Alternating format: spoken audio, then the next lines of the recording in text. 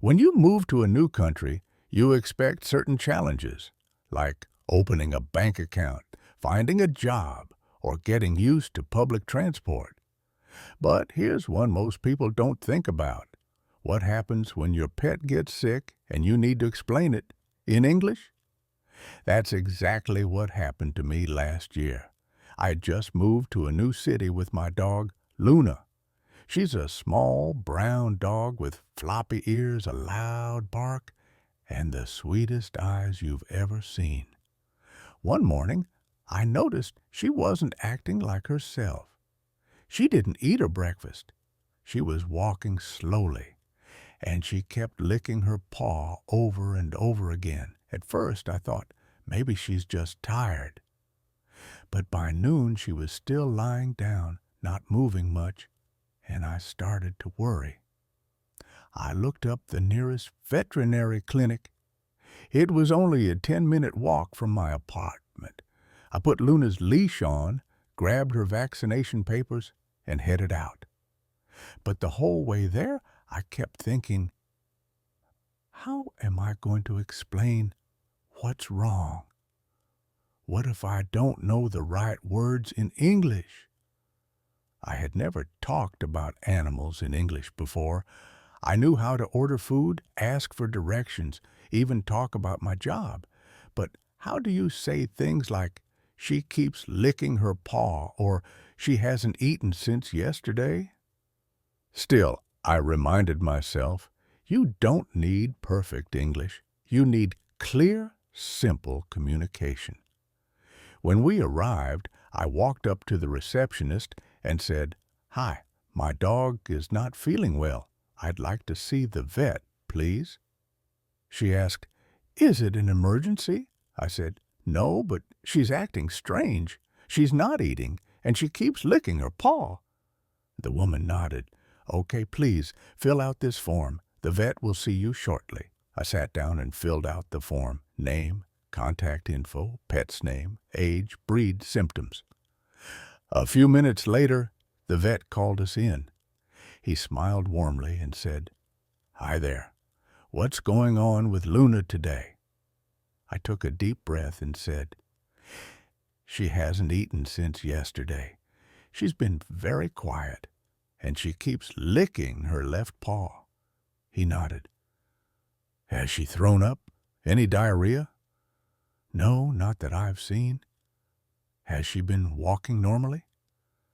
"She's walking slowly, a little stiff." He gently examined her paw, checked her temperature, and listened to her heartbeat. "Looks like she has a small cut between her toes," he said. "It's probably irritating her. I'll clean it up and give you some cream to apply twice a day." I felt relieved. It wasn't serious, but I was proud of myself. I had explained everything in English. That evening, I sat down and wrote a list of phrases I'd used and some I wished I had known. Here are the most useful ones. Talking to the receptionist. "Hi, I'd like to make an appointment for my pet. It's not urgent, but I'd like a checkup. My dog, Cat, isn't feeling well. This is my first time here. Here are her vaccination papers." Describing symptoms. "She hasn't eaten since yesterday. He's very quiet and tired.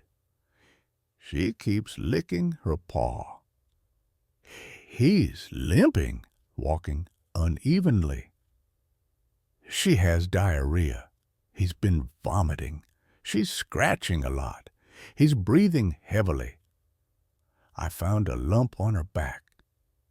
Her eye looks swollen." You don't have to use perfect grammar. Just focus on the key details, asking questions to the vet. "What do you think is wrong? Is it serious? Will she need medicine? Can I give her food today? How should I clean the wound? Do I need to bring her back for another checkup? How much will this cost?" Understanding the vet's instructions. Apply this cream twice a day. Keep the area clean and dry. Don't let her lick the wound. Give this medicine with the food.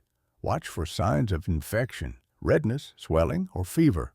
If you don't understand something, say, "Sorry, could you explain that again?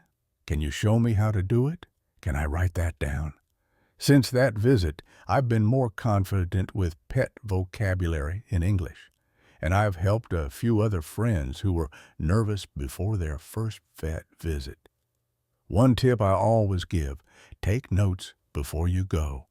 Write down what your pet is doing differently, when the symptoms started, what they've eaten, if you've given any medicine, how their behavior has changed.